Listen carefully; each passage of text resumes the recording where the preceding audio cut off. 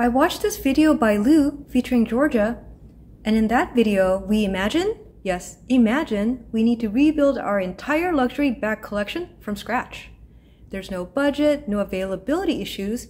Any bag that I want, I can get. I can only select 10 bags, and there's like categories to follow. I enjoyed watching her video, and I wanted to see what I would pick. Some bags on this list I don't own, and some I do. Most bags on this list you'll actually see for the first time here, because I haven't talked about them yet. So stay tuned for that. I also selected bags across many luxury houses, so I have a variety to keep things interesting. So before we get started, remember to like, subscribe, and leave a comment. Knowing that I only have 10 bags in the collection, I needed to select bags that I would really use, but also a variety to make this well-rounded. When I first did this, the selection was like all over the place, and I didn't have a variety of sizes that suited all my needs. So I refined this list like 5 times, and also when there were like 2 bags that were really close, I will mention them both and tell you why I ultimately chose the one that I did to make it more fun and helpful. So here's the list of the 10 categories, and we're going to start with number 1, which is the first bag I will run and buy again. And here she is, the vintage maxi in the canvas print with the jumbo CC. So this was the easiest bag to select. The reason I prefer the vintage maxi over the current maxi is that the vintage one has straight flap.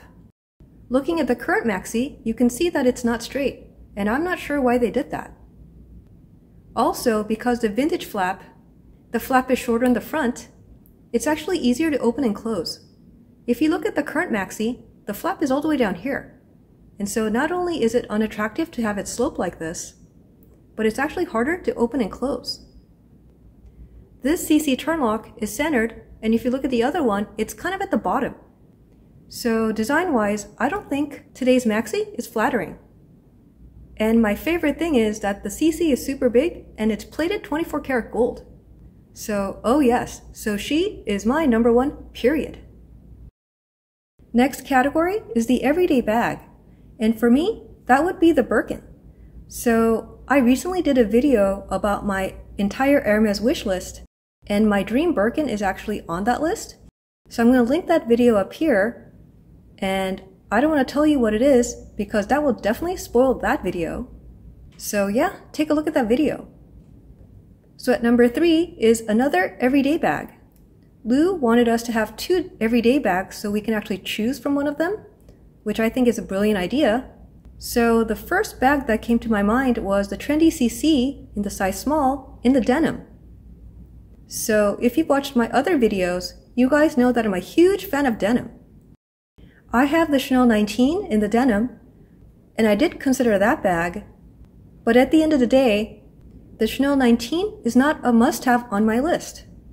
So when I looked at my entire selection, I realized that I'm actually missing a Chanel Caviar. And so in this case, I actually chose the small Caviar in the blue over the trendy CC. If I were to have a 11th bag for my collection, I think the trendy CC would have made it, but I stand by my decision to choose the classic flap over the trendy CC this time. Next category is the travel bag. So when I travel, I actually like to be low-key. I may have luxury items inside my bag, but my luggage bag isn't showy. I prefer to just get in and out of the airport, so I would prefer a small travel bag. This is the Prada Re-Nylon bag, and I actually don't use this as a belt bag. I use this as a crossbody, and I put the pouch either in the back or in the front. I bought this 2 years ago, and it was $880. And as of this morning, I just looked it up, and it's at $1,390. Holy cow, did this have a price increase. So I know on YouTube, a lot of people talk about like the LV and the Chanel price increases, but lately I've noticed that Prada also has some pretty big price increases. It's just that I don't think we talk about it as much. So there's quite a few variations, and you can see here I put a few of them up. Of course, I think this one is the best because that's why I got this one. But there's other ones. Some of them have like 1 pouch, some have two. They're all different prices. Whichever one you pick, I would personally pick the one with the triangle logo because I think that is more classic. And avoid the one that just says Prada. But at the end of the day, buy whichever one that you like. At number 5 is the work bag. So I work in IT, not in fashion, and my workplace is kind of conservative, so I don't feel comfortable bringing luxury items. I mostly wear dark colors at work, and I wear a lot of baggy clothes. So to keep it interesting, the Celine canvas tote in the green is my work bag. Because Celine is so understated, nobody at work knows that that's actually a luxury bag. And my workplace is kind of serious and conservative, so having a bright pop of color really makes me happy. So that is my favorite work bag. So what do you guys think? Alright, so let's have some fun. So at number 6 is the night out bag. So for me, night out means like going to dinner, watching a movie, maybe going dancing. And so I would prefer a bag that's actually thin. I selected the Gucci Blondie in the shoulder bag style. So this is kind of a reissue. Gucci had the Blondie line a while ago, and back then I wasn't interested. There's actually 3 styles out right now. They have the shoulder bag, the one with the chain, the mini bag, and the medium bag. And I'm only interested in the shoulder bag style. If this bag didn't have a chain, which is what the older version looks like, I would not be interested at all. I'm totally into this brown color, and I recently saw this at the store, and holy cow, it's on my wish list. The chain is detachable, so you could use it as a clutch. But for me, the whole point of this bag is the chain. So the other 2 bags, the mini and the medium, they have these like 2 hooks at the top, and I don't like that look at all. Number 7 is another night out bag. And it's the Walden chain in the velvet with the pearl crush in the diamante. So this Walden chain is actually pretty versatile. You could use it as an evening bag, and this also goes well with a lot of my casual stuff. You could use this pearl crush to adjust the bag, and also you could tuck this inside and use it as a clutch. I use this quite often, and so far there's been no wear and tear on the velvet.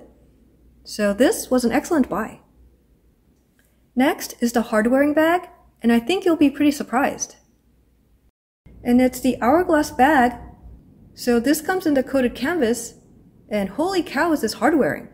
So in my opinion, this is more carefree than even the Chanel Caviar. So, oh yes, I'm very happy about this purchase. At number 9, it's the fun bag. In this category, there was lots to pick from, but ultimately, there was one winner. And this is the Fendi baguette. This has both the Versace and the Fendi motifs, but not in a loud and obnoxious way. I think this is very tasteful, and this combination is super interesting. This bag easily adds an element of fun and edginess to any of my wardrobe, so oh yes, this was a super easy pick. So the last category is the bonus bag, and this can be anything. So I looked over at the entire collection, and this bag I gotta have. To complete the collection, it's gotta be the Speedy Graffiti. So this bag is like 20 years old, but she is absolutely stunning in person. If you look at my entire selection, I needed a bag that actually fits a lot of stuff. And not only does that bag fit a lot, it's super stylish and it's a classic. So I get that's super old, but I totally love it. Now that you've seen my entire selection, what do you think? So this list, it doesn't mean that these bags are like the 10 best bags. These bags were selected according to the categories defined by Lou. Just remember that if the categories or the criteria were different, the bag selections would have been different. So there were a few forever bags, but they didn't quite fit into the categories. They didn't make it on the list. Were you surprised? What is on your list? Let me know. Holy cow, was this video hard to shoot. These videos take about 2 hours to film, and it takes so long because I've got helicopters, airplanes, cops, sirens, motorcycles. Holy cow. So this was my 3rd attempt at filming this. Alright, so we finally got it done. So I hope you enjoyed this video, and I'll see you in the next one.